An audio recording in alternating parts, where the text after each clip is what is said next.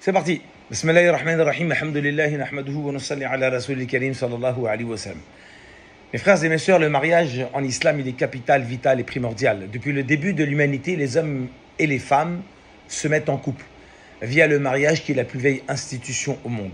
On s'unit pour une simple et bonne raison.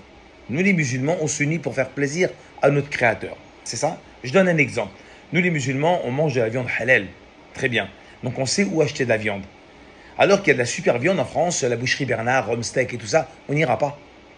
On n'ira pas pourquoi? Parce qu'elle n'est pas halal. Vous voyez? Et c'est la même chose. Nous, pourquoi on veut s'unir? On veut s'unir pourquoi? Pour que Allah soit content de nous. Comme je mange de la viande, je veux que quand je mange de la viande, je ne mange pas de la viande pour me faire plaisir. Je mange de la viande pour faire plaisir à mon créateur. C'est la même chose. Eh bien, nous, quand on s'unit, on ne s'unit pas pour se faire plaisir. On s'unit pour faire plaisir à Allah. Allah dans le Coran nous dit وَمِنْ آيَاتِهِ أَنْ خَلَقَ لَكُم مِنْ أَنفُسَكُمْ أَزْوَاجًا لِتَسْكُنُوا إِلَيْهِ وَجَعَلَ بَيْنَكُم مَوَدَّةً وَالرَّحْمَةً إِنَّ فِي ذَلِكَ لَآيَاتٍ لِقَوْمٍ يَتَفَكَّرُونَ Surah Rum, les Romains. Allah dit, parmi ces signes, il a créé de vous les hommes, pour vous des épouses. Donc d'abord c'est une injonction pour vous. Pourquoi Allah dit j'ai créé pour vous des épouses? Pourquoi faire 10 gosses, la vaisselle, le ménage? Non, attendez, Allah va l'expliquer. Litaskunu ilay, afin de trouver le repos, la paix, la tranquillité. Donc on est content de savoir qu'en 2025, quand un homme se marie avec une femme, c'est pas pour autre chose que pour la paix, le repos et la tranquillité. Alors pourquoi les gens disent non, je me marie pas parce que c'est les tracas? C'est faux, c'est anti-coranique, puisqu'Allah dit c'est le contraire, c'est le repos, la paix, la tranquillité. Mais c'est parce qu'on ne veut pas prendre l'engagement et la responsabilité de trouver le repos. On pense que le repos, c'est non, plus tard je me marierai, d'abord une belle caisse cabriolet, deux, trois restaurants. Bah, lui, il a compris que le repos, c'était là-dedans, la paix. Alors Dieu dit le contraire. Le repos, c'est auprès de quoi? Une épouse. On continue.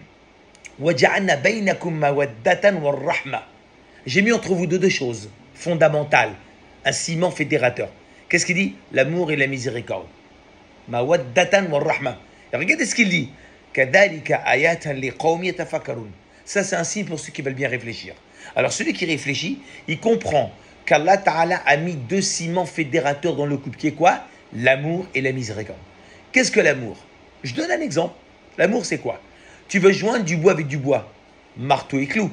Tu veux joindre du tissu avec du tissu, fil, aiguille. Tu veux joindre du parpaing avec du parpaing, ciment. Si tu veux joindre deux cœurs, c'est quoi? L'amour. On n'est pas à Hollywood, avec des cachets à 50 millions de dollars. Je me marie avec ta fille parce que c'est le chef du producteur. Non, non, ça ne marche pas comme ça chez nous. Nous, c'est l'amour. Il n'y a pas des intérêts matériels. Lui, c'est un maire. Lui, c'est ceci. Lui, il est producteur. Non, on ne connaît pas ça, nous. Nous, on se marie, Allah l'a dit, par amour et par miséricorde. Donc, maintenant, la miséricorde, c'est quoi? Ben, c'est tout simple. Ça veut dire que nous tous, un jour, on va quitter ce monde et on va arriver devant notre Créateur. Et la chose qu'on va demander, c'est quoi? Allah, sois miséricordieux avec moi. C'est-à-dire, passe l'éponge. Parce qu'on n'a pas tous eu un super beau passage sur la terre. Donc, on demande miséricorde. Et Allah nous dit, entre vous, il faut de la miséricorde. Ça veut dire que passer l'éponge. Dans le couple, il y a des hauts et des bas. Eh bien, il faut savoir passer les éponges. Il faut effacer. C'est ce qu'Allah dit. Entre vous, l'amour et la miséricorde. Si on a ça, nous sommes les personnes les plus heureuses du monde. Pourquoi? Si tu vis dans un château, tu penses que tu seras plus heureux que si tu vis dans une boîte de sardines? Non, si tu habites dans une boîte de sardines et vous êtes amoureux, vous serez plus heureux que quelqu'un qui vit dans un château. Parce qu'il n'y a pas d'amour. L'amour, c'est pas dans le château. L'amour, c'est entre personnes. Très bien, on va commencer. Dans un couple, il faut communiquer, dialoguer. Pourquoi? Parce qu'avant le mariage, on croit qu'on se connaît. En communiquant, en dialoguant, en allant au restaurant, au cinéma. En fait, on croit se découvrir. Mais c'est faux. C'est faux. Avant de se marier, tu es Barbie casse-noisette. Et toi, tu le prends charmant. Vous êtes au meilleur de vous-même. Mais le lendemain du mariage, il n'y a plus de Barbie casse-noisette. Il n'y a plus de prince charmant. Au taf, au boulot, on charbonne. La vérité, elle est là. La vérité n'est pas avant le mariage. La vérité, elle est le lendemain du mariage. Là, on va savoir qui on est. Parce qu'avant de se marier, on se croisait, on dialoguait, on faisait des restos, on cherchait à se connaître. Mais c'était quoi? Sporadique. C'était des temps morts. Là, aujourd'hui, c'est 24 sur 24. Je vis avec elle, je vis avec lui. Je mange avec eux, je fais ma vie avec cette personne, avec cet homme, cette femme. J'aurai des enfants, on voyage ensemble, on dépense ensemble, on investit ensemble, on réfléchit ensemble. On ne réfléchit plus tout seul. Parce que maintenant, je dois tenir en considération ma moitié. Vous avez le mariage, c'est un engagement. C'est pour ça que ça devient une grande responsabilité. Et quand on est un chef d'entreprise, on n'est pas marié, on croit qu'on est responsable. Non, on dose pour chaque ouvrier. Mais je ne vis pas avec mes ouvriers. Je ne vis pas avec eux, mais je vis avec ma femme. Parce que je veux dire, si un ouvrier, je ne m'entends pas avec lui, monsieur, la porte est ouverte. Et si je m'engueule avec ma femme, la porte est ouverte. Non, ça ne marche pas comme ça. Vous voyez ce que je veux dire? Autrement, on divorce toutes les secondes. Vous voyez ce que je veux dire? On ne parle pas avec notre épouse comme on parle avec un employé ou un copain, un ami à moi. Demain, comme on dit, un ami de perdu, 10 de retrouvé. Alors une femme de perdu, 10 de retrouvé. Vous voyez ce que je veux dire? C'est pour ça que je dis que la vraie maturité, c'est pas quand tu as 10 entreprises. Ça, c'est rien, ça. Tu fermes une boîte, tu ouvres une autre boîte, tu fermes une boîte. Non, mais tu ne peux pas te permettre avec ta femme. Donc aujourd'hui, quand la maturité, c'est quand on est marié. On est marié, on devient mature. On sait ce que c'est que tenir compte d'une personne, ses sentiments. Je donne un exemple. Moi, j'aime les films de Jackie Chan. Donc, quand je suis sur le canapé, ma femme, elle n'aime pas ça. Elle fait autre chose. Elle fait autre chose. Mais un jour, elle s'est assise avec moi, elle a regardé un film de Jackie Chan. Ça m'a fait doublement plaisir. Plaisir parce que je regardais le film, mais plaisir parce qu'elle m'a fait plaisir de s'asseoir avec moi, alors qu'elle n'aime pas Jackie Chan, mais c'est pour me faire plaisir qu'elle a fait ça. C'est important ou c'est pas important? Juste pour lui faire plaisir. Vous ne pouvez pas savoir comment elle était heureuse. Et dans un couple, c'est ça. Quand on n'est pas marié, on se fait plaisir. Le jour où on est marié, il faut savoir faire plaisir à l'autre. C'est important. Il ne faut plus penser qu'à soi-même. Parce qu'avant de se marier, on fait ce qu'on veut, on va où on veut, on dit ce qu'on veut, on sort à l'heure qu'on veut, on rentre à l'heure qu'on veut, on s'habille comme on veut et on regarde ce qu'on veut sur TikTok. Mais le jour où on est marié, on regarde ce qu'on veut sur TikTok, on rentre à l'heure qu'on veut, hein, on sort à l'heure qu'on veut, on ne peut plus. On doit tenir en considération sa moitié. Et donc, c'est ça qui est très important. Le mariage, c'est l'engagement. Le mariage, c'est la responsabilité. Le mariage, c'est savoir quoi? Être au service d'une personne. Une service d'une personne. Ça veut dire on tient ses sentiments, on tient ses idées, on tient ses a priori. C'est pour ça que c'est très important. Nous, avant de se marier, on a nos cultures, notre passé, nos a priori, c'est ça, notre histoire. Eh bien, le jour où on se marie, on les partage. On les partage. Et quand on partage, on fait très attention. Donc c'est pour ça on communique.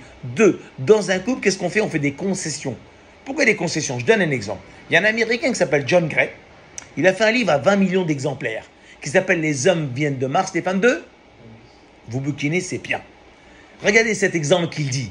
Et il dit, les hommes viennent de Mars sur la planète Terre qui est vierge. Les femmes viennent de Vénus sur la planète Terre qui est vierge. Ils ne se connaissent pas. Les hommes n'ont jamais vu de femme. Les femmes n'ont jamais vu d'homme. C'est inimaginable. Et un homme s'approche auprès d'une femme. Il dit, mais comment peut-on vivre ensemble? Vous des Martiennes avec nous, vous des Vénusiennes avec nous des Martiens? C'est impossible, on n'a pas la même culture, on n'a pas le même langage, on n'a pas le même passé, on n'a pas l'histoire, on n'a pas le même mode de vie. Vous savez ce qu'elle a dit, la femme? Je pense qu'on peut vivre avec vous, nous, les Vénusiennes, avec vous, les Martiens, à une condition. L'homme, il a dit comment? Elle a dit en faisant des concessions. Taqbluna naqblukum. Vous nous acceptez en tant que Vénusienne, alors je vous assure qu'on va vous accepter en tant que Martien. Mais si vous ne nous acceptez pas, comment voulez-vous qu'on vous accepte? C'est pour ça c'est fini le temps de la lobotomisation. À l'époque de nos anciens, quand l'homme et la femme se mariaient, l'homme, il se marie avec une femme, il dit, la vie est comme ça maintenant. Comme ça, comme ça, comme ça, comme ça. Il changeait son disque dur, il lui mettait le sien, et maintenant tu réfléchis comme moi, tu penses comme moi, tu décides comme moi. Non, on a toujours été différents, l'homme et la femme. C'est pour ça que c'est très important de tenir en considération la jante féminine et la jante masculine. Un homme, il a des goûts, des couleurs différemment d'une femme. Eh bien, la femme, si elle veut garder son mari, elle va savoir que toute sa vie, elle va vivre avec un homme qui est différent de lui, physiquement, psychologiquement, mentalement. Et elle doit quoi? Elle doit faire attention à comment cet homme doit être heureux. Et vice-versa. Je vis avec une femme qui est différente de moi, psychologiquement, sentimentalement. C'est vrai? Et comment je dois faire pour moi en tant qu'homme m'adapter à cette femme. C'est ça en fin de compte. Le but c'est quoi? C'est s'adapter l'un à l'autre et ne pas dire à l'autre de se transformer pour moi. On n'est pas des clones, on est des gens différents avec une richesse différente. Ouais. 2 milliardaires dans une pièce, mieux qu'un seul milliardaire. Et on partage la moitié en deux. Donc un homme et une femme, c'est 2 richesses différentes. Et on les cumule, c'est avec quoi? Des multimillionnaires, milliardaires. Ensuite, dans un couple, il faut savoir s'entretenir. Pourquoi on s'entretient? Je donne un exemple. Les Marseillais ne sont plus à Dubaï. Les Marseillais sont ici, en bas de la cité. Dans votre immeuble, ils sont partout. Ça veut dire quoi? Aujourd'hui, il y a des voleuses d'hommes et des voleurs de femmes. C'est une vérité. Il ne faut pas se dire, c'est bon, je me marie, je passe à la mairie, c'est réglé, je m'allonge sur le canapé, je bois un thé à la menthe. Ça ne va pas, non? C'est fini cette époque. Aujourd'hui, il faut faire très attention comment je dois quoi protéger mon épouse et protéger mon mari. Parce que des rapaces, des vautours, des requins et des renards, c'est la jungle. C'est la jungle aujourd'hui, le monde. Donc on doit faire protéger quoi son épouse. Mon épouse, elle est à moi. Et je vais tout faire pour que personne ne l'ait. Il n'y a que moi jusqu'à la fin de mes jours. Et elle va terminer Chibaniette et moi Chibani avec elle. Et vice versa, mon mari, il est à moi. Aucune femme va le voler. Et je vais tout faire pour le garder. Mais c'est ça. Donc elle, on ne vous demande pas de vous mettre en quatre. On ne vous demande pas de tout être vivre, d'être le prince charmant, la Barbie. Non, mais on vous demande de quoi? De toujours faire attention à entretenir ce couple, qui est la plus grande richesse que vous avez.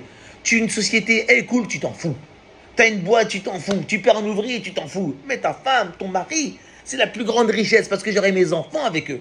Ma progéniture, mon bonheur qui vont courir dans la maison. C'est ça le vrai bonheur.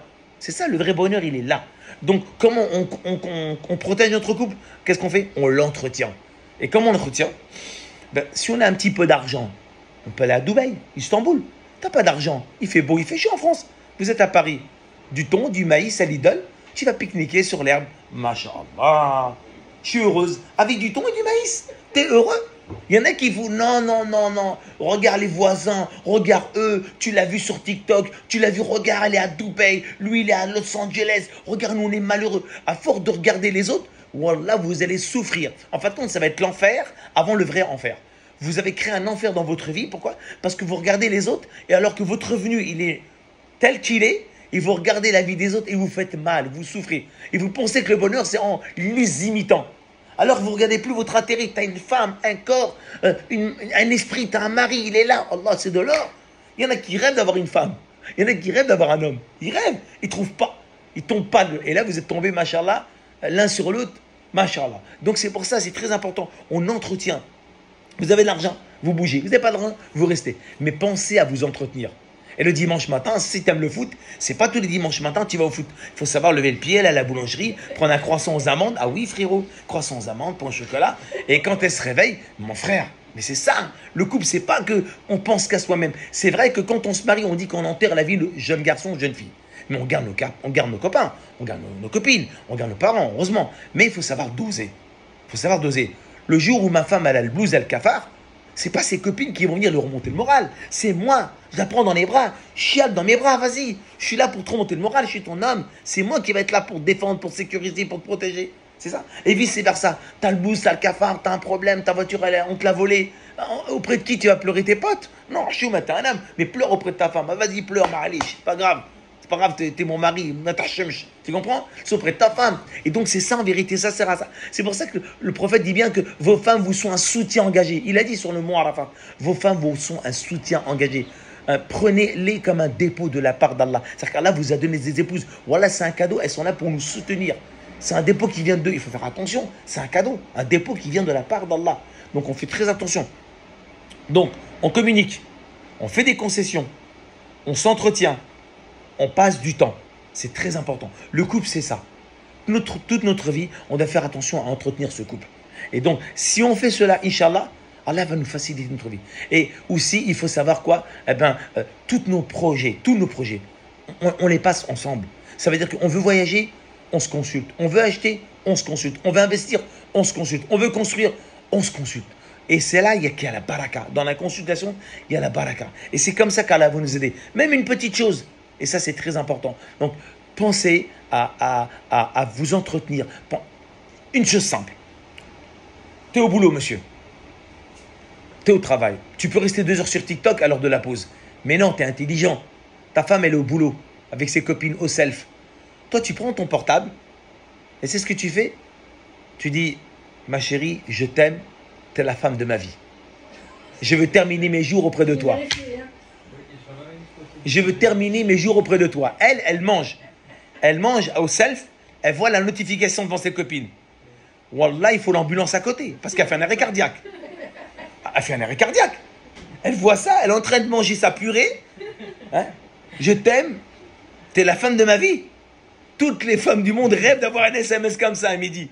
C'est vrai? Parce qu'on ne sait plus parler, on ne sait plus communiquer. Des fois, on dit, ouais, moi, j'ai grandi dans une culture où j'ai pas l'habitude de dire je t'aime. Ok. Tu peux envoyer un SMS. Qu'est-ce qu'elle va te répondre? 3 petits cœurs. Wallah, des choses comme ça fait du bien. Ça fait du bien. En fin de compte, il faut se faire du bien dans un couple. Parce que des fois, il y a une engueulade hier soir. Puis des fois, il y a une engueulade, il y a 3-4 jours. Puis ça arrive, ça fait partie de la vie. Comment on rectifie le tir? Des petits SMS, comme ça. Alors quand elle voit ce SMS, elle veut rentrer en folie ce soir. Toi, tu vas rentrer en folie à la maison. Elle, qu'est-ce qu'elle va faire? Elle va passer, elle va rentrer à la maison. Toi, tu vas passer à la boulangerie, deux petites tartelettes aux fraises. Ça fait plaisir. Tu vois ce que je veux dire? C'est comme ça la vie. وقال الله تبارك وتعالى في سورة النساء, dans la sourate des femmes, وعاشرهن بالمعروف. Vivez avec vos épouses convenablement. Et le prophète sallallahu alayhi wa sallam nous dit dans le hadith authentique, quand l'homme choisit une épouse, il la choisit pour 4 raisons. 1, écoutez bien, pour sa beauté. 2, pour sa richesse. 3, pour sa notoriété. 4, pour sa piété. Prenez les femmes pieuses, vos mains ne seront jamais appauvries. Si toi, tu te maries avec une femme pour la beauté, t'es pas sincère. Parce que tu te maries pour que les gens disent « Oh, ta femme, c'est un canon ». Mais si demain, tu vois une femme plus belle, tu vas te sauver. Parce qu'il n'y a que ça qui compte. Et t'es pas sincère. Il n'y a rien là-dedans. Si tu te maries avec une femme pour la richesse, ouais, parce qu'elle a de l'argent, donc tu vas te marier avec elle parce qu'avec elle, tu vas t'acheter une Audi A4. Mais t'es pas sincère. Parce que si tu trouves une femme plus riche au 15e étage, tu vas te barrer. Parce qu'avec elle, c'est un 4x4. C'est pas sincère. Si tu te maries avec une femme pour la notoriété, ouais, son père, c'est le chef du village, ou alors il a 8 sociétés en France. Ah, c'est pour dire, ah, il a réussi à l'avoir. T'es pas sincère. Tu te maries pourquoi? Pour la notoriété. Demain, tu trouves une fille, son père est milliardaire, tu vas te sauver. Non. Mariez-vous pour la piété, vos mains seront jamais appauvries.